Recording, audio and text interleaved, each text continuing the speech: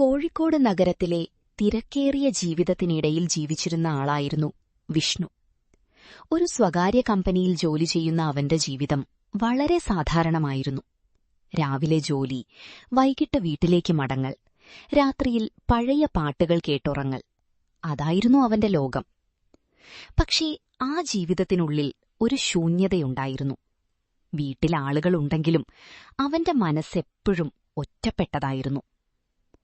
ഒരു മഴയുള്ള ജൂൺ മാസത്തിലെ രാവിലെയായിരുന്നു അത്.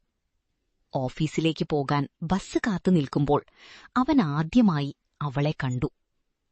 ചാരനിറമുള്ള ചുരിദാറും കയ്യിൽ കുറച്ച് പുസ്തകങ്ങളും പിടിച്ചു നിന്ന ആ പെൺകുട്ടി മഴത്തുള്ളികളിൽ അല്പം നനഞ്ഞിരുന്നു. നീളമുള്ള മുടിയിൽ നിന്നും വെള്ളത്തുള്ളികൾ പതിയെ വീഴുമ്പോൾ അവൾ ആകാശത്തേക്ക് നോക്കി ചെറുതായി ചിരിച്ചു. ആ ഒരു നിമിഷം വിഷ്ണുവിന് സമയം നിൽക്കുന്നതുപോലെ തോന്നി. ബസ് എത്തിയപ്പോൾ ആളുകൾ തിരക്കിട്ട് കയറി. ആ തിരക്കിൽ അവളുടെ കയ്യിലെ പുസ്തകങ്ങൾ താഴെ വീണു. വിഷ്ണു ഉടൻ താഴേക്ക് കുനിഞ്ഞ് പുസ്തകങ്ങൾ എടുത്തു. "ഇത് നിങ്ങളുടേതാണല്ലോ," അവൻ പറഞ്ഞു.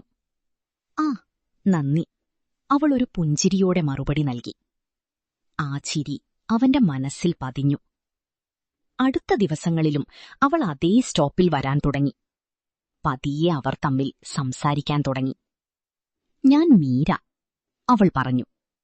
"വിഷ്ണു," അവൻ ചിരിച്ചു.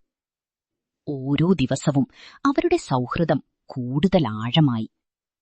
മീരയ്ക്ക് മഴയും പുസ്തകങ്ങളും ഇഷ്ടമായിരുന്നു.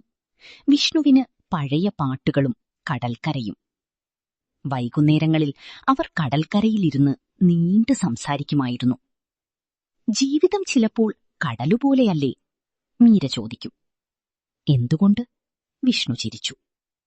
"പുറത്ത് ശാന്തം, അകത്ത് 1000 കൊടുങ്കാറ്റുകൾ." ആ വാക്കുകൾ കേൾക്കുമ്പോൾ വിഷ്ണുവിന് അവളെ കൂടുതൽ മനസ്സിലാക്കണമെന്ന തോന്നലുണ്ടായി. ഒരു ദിവസം അവർ മഴയിൽ നനഞ്ഞ് ചെറിയൊരു ചായക്കടയിൽ കയറി.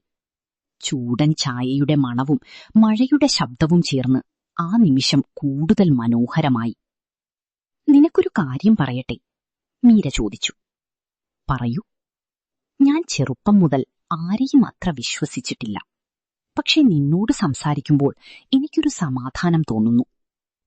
कॉलेज का फेयरवेल चल रहा था. हर तरफ loud music, lights, photos, laughter, सब एंजॉय कर रहे थे. पर वो दोनों क्राउड के बीच भी स्ट्रेंजली क्वाइट थे. बिलीव नहीं हो रहा, कॉलेज खत्म हो गया, वो सॉफ्टली कहती है. वो स्माइल करता है. हाँ, और तुम अब भी लेट आई हो. वो हंस पड़ती है. लास्ट डे पर भी कंप्लेन. वो उसकी तरफ देखते हुए कहता है, हैबिट है तुम्हारी.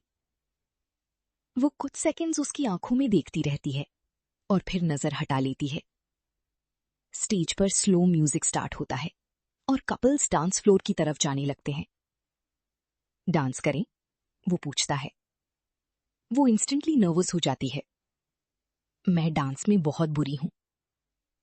वो अपना हाथ आगे बढ़ाते हुए कहता है, तो परफेक्ट है, मैं भी. वो स्माइल कर देती है और उसका हाथ पकड़ लेती है. दोनों स्लोली डांस फ्लोर पर मूव करने लगते हैं. म्यूजिक लाउड होता है, पर दोनों को सिर्फ एक दूसरे की हार्ट बीट फील हो रही होती है. तुम्हें पता है? वो सॉफ्टली कहता है. क्या? वो पूछती है. मैं कॉलेज की बहुत चीजें भूल जाऊंगा. पर वो विस्पर करती है, तुम नहीं. उसका दिल इंस्टेंटली हैवी और हैप्पी दोनों फील करता है. तुम इमोशनल कर देते हो, वो ब्लश करते हुए कहती है. वो स्माइल करता है, सिर्फ तुम्हारे सामने. म्यूजिक धीरे धीरे एंड होता है, पर दोनों का मोमेंट खत्म नहीं होता. कभी कभी कुछ लोग सिर्फ मेमोरीज नहीं बनते, वो पूरी लाइफ का फेवरेट चैप्टर बन जाते हैं.